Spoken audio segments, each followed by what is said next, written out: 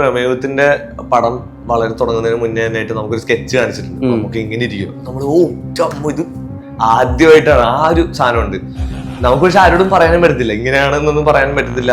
അത് പറഞ്ഞാലും ഈ സ്കെച്ച് കാണിക്കേണ്ട എക്സ്പ്ലെയിൻ ചെയ്യാൻ പറ്റത്തില്ല. പിന്നീട് ആ ലുക്കിനെ ഏറ്റവും എഫക്റ്റീവ്ലി പുറത്ത് എങ്ങനെ കൊണ്ടുവരും എന്നുള്ളൊരു പ്രഷർ നമുക്ക് ഉണ്ടാവും. പല പല റഫ് നമ്മൾ ട്രൈ ചെയ്യും, സ്കെച്ചസ് ട്രൈ മാനിപ്പുലേറ്റ് ചെയ്ത് നോക്കും. അതിലേറ്റവും ബെസ്റ്റ് ഒരു സാധനം കണ്ട് അതിനൊരു മൂഡ് ബോർഡ് ഉണ്ടാക്കി എല്ലാവർക്കും കൊടുത്ത് ലോക്കായി കഴിഞ്ഞാൽ അടുത്ത സ്റ്റേജ് ഫോട്ടോഷൂട്ടാണ്. ഫോട്ടോഷൂട്ടിൽ ഈ പറയുന്ന പോലെ നമ്മൾ വളരെ ക്വിക്ലി ആക്ഷൻസ് എടുക്കേണ്ടി വരും. കാരണം നമുക്കിവിടെ അങ്ങനത്തെ ഒരു ലുക്ക് ഈസിലി ലീക്ക് ആവാം. സെറ്റിൽ തന്നെ പലരും പുറത്തുനിന്നൊക്കെ കാണുന്നവർക്ക് കൗതുകം തോന്നി ഫോട്ടോ എടുത്ത് പുറത്തു വിടാം.